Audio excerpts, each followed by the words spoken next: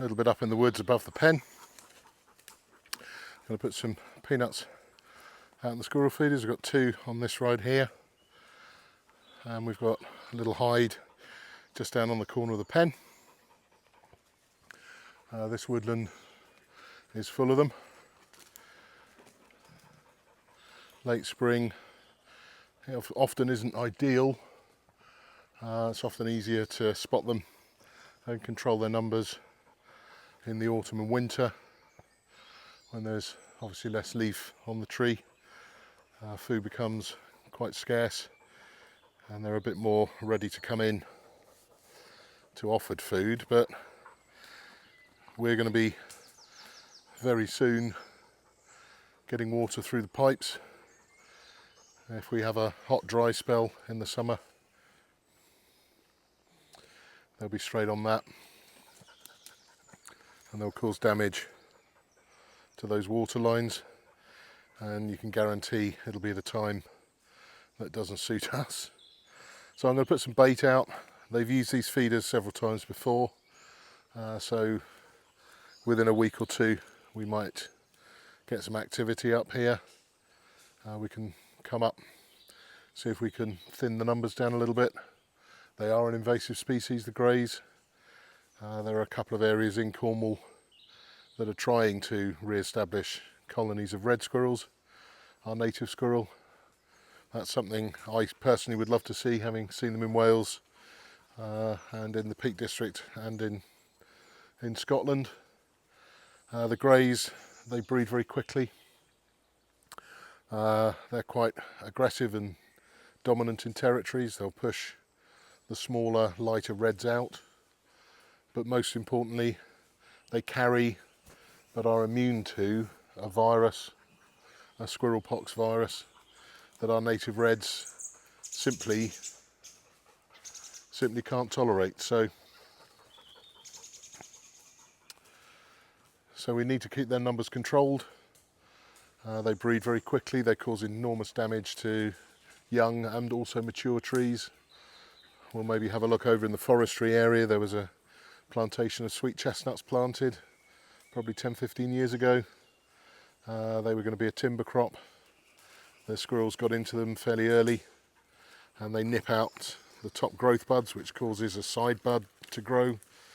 Often rot will get in where the squirrel damage has happened, and that'll cause, at best, serious setback to the growth of the tree, and at worst, death of that tree and loss obviously to the habitat, but also to the plantation owners. So they're quite a serious threat. They're a niggle to us for the water, but obviously a lot of what we're doing here is trying to create a mixed and diverse environment that'll have some long-standing and have benefit to a lot of different species through the future. One of the other problems with the squirrels is if their numbers are quite high, they will predate songbird nests, tree nesting bird nests, and I'd say the grey squirrel is probably the only species in the UK that I wouldn't mind not seeing. So anyway, let's get some of these peanuts up in the feeder. We've got another one down the bottom, and I think next week or by the weekend we'll bring up the trail cam, fix it up here, and that'll show us what else is coming in and give us an indication when the squirrels have found the feed. It'll also give us an opportunity, I think. We've had the camera on them before, and we get nuthatch come in, the woodpeckers, a lot of other species come in, the jays, finches, all sorts will come into the feeder. So, don't want to do it too early when they're feeding very young chicks in the nest, but now I think it's a good time to get that started again. But that might give us opportunity to have some close-up views of the rest of the wildlife that calls this little bit of woodland its home. So here's our squirrel feeder. It's attached to this tree with some straps, probably 2.5-3 feet up. I'll put some more up in a little bit, but we've got protected top and sides. The squirrels will chew through, and as a lot of you probably know, they're pretty good at getting through defences. So at the moment they haven't figured out the top latch, but only a matter of time. We've got one branch leading up. I'll put a few others up before we go, but sometimes they'll come down the trees, but often they'll be coming along the forest floor. We'll sprinkle a few nuts on the ground down here below. They'll identify where the feeder is, and just a nice branch run up to the base of the feeder encourages them to come up and sit where we can have a pop. So just ordinary peanuts, little feeder there. We might look at a different design, because if they're really going for it, they can empty this fairly rapidly. And it's about 55 meters down to our hide there. So with the 22LR, they're easy pickings. Good safe distance to shoot them from. As you'll see from below on the hide, on the angle of the shot, there's probably 30 foot of dead ground rising above. It may look like it's on the skyline from here, but when we get down to the bottom, you'll see it's a very safe backstop shot with excellent visibility left and right, so nothing can come in on us unexpected. And there's electric fencing at the top there, so highly unlikely something will come in to us over the top. But if anyone or any non-intended quarry species comes in, as you'll see from the bottom, there's plenty of safe space to spot them and to make sure that we carry out our pest control duties safely. So here's our second one. I'm going to have to come back with the nippers, because this sycamore has grown all of that since last autumn, or even into the winter, and that's starting to obscure the front of the feeder. The risk there is, although this one's set more at air rifle range, even with a 22LR, if you were to, first of all, it's obviously obscuring sight of the platform, but if you were to get a touch on one of these branches with the projectile, that's going to quite seriously send it offline. Now that would obviously lead to a miss, but more importantly, if we're not careful, that could lead to wounding an animal. And as I've said, I'm not a great fan of grey squirrels, considering the damage they do, but even at that extent, I would definitely not want to see one wounded. If we're going to do our job here properly, it's a clean kill shot or no shot at all. So let's get some peanuts in this one.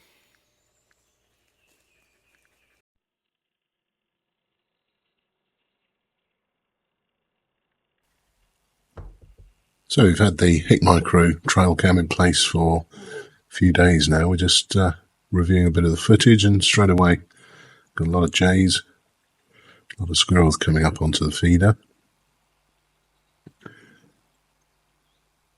Jays are a funny one. They're such attractive birds and very nice to see around, but as you can see here, we've got quite some numbers on them, and I've been noticing them harass the songbirds nesting in the woods. But straight away, I think you can see we've clearly got a bit of a problem with the squirrels. I think if we get the chance, we'll have to take some of these jays out there. Too many of them, but straight away, big numbers of squirrels.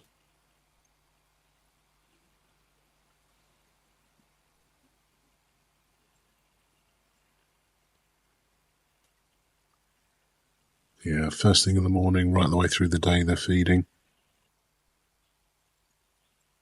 Just big numbers of them.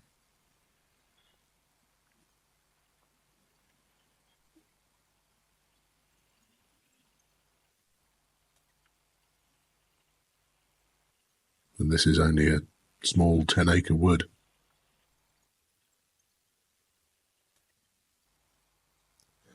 So this is the hide. lovingly crafted from old pallets and a little bit of scrim net. Got the camera with us, see if we can get some shots of them on the feeder. So yeah, today we're tucked away in the sunshine. I'm using my Browning T-Bolt in 22LR, a little 3 to 12 by 50 Zeiss Terrascope on there.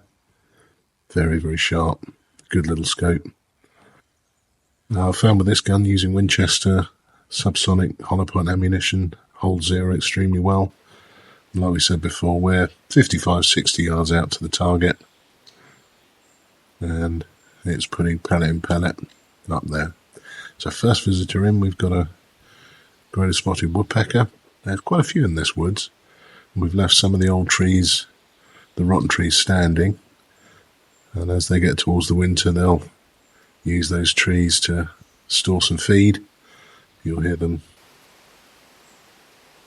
banging away as they look for grubs and beetles in the rotten timber, so always nice to leave some of that standing. There's some blackbirds, a few chaffinch. There's quite a few nuthatch in the woods. We see a lot of tree creepers as well. I've been using the Merlin app. Help me identify what's there, but straight away that jay's come in.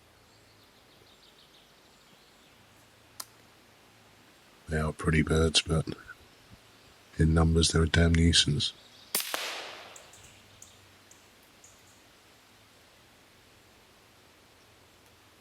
They're very wary birds and often very difficult to control. So if we get an opportunity like that, it makes sense to take it. So by this point we've been waiting 2 or 3 hours. Starting to push on. Our first squirrel's coming in now from the right, straight up the tree. Pushing the great tits away. Oh, and there's a second coming up. I don't think I noticed that second when I was behind the gun. We're going to take this one out on the right hand side.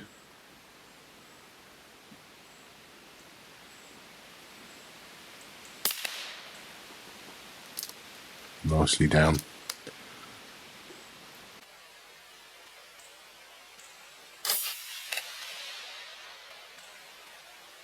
Those hollow point 22s hit very hard.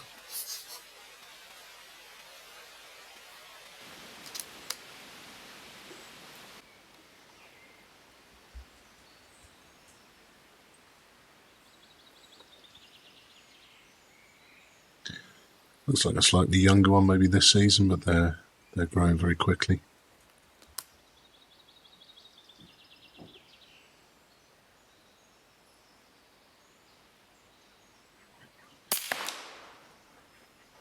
Good shot and down. As you can see from the vantage point here, we're looking straight up the hill. Oh, here comes another one.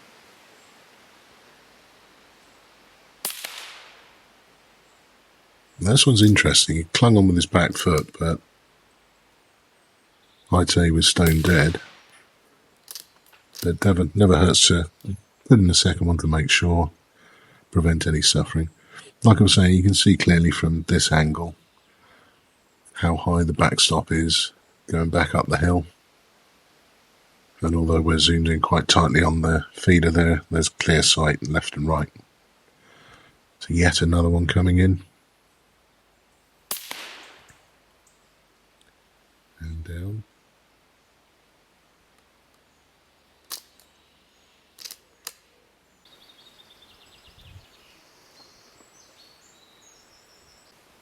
He wasn't quite sure.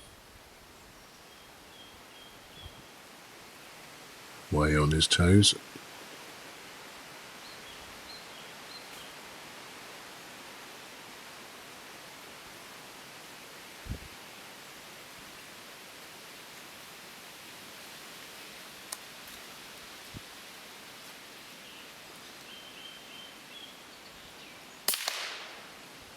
And another one down.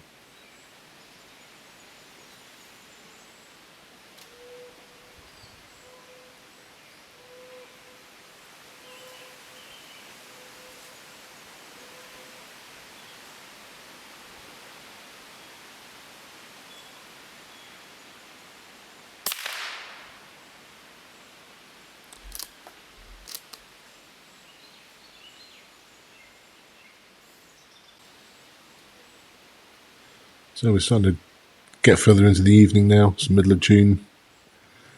We're about 8:15 now, so the camera's really struggling to put a picture there. It looks quite bright, but actually under the trees it was getting quite gloomy.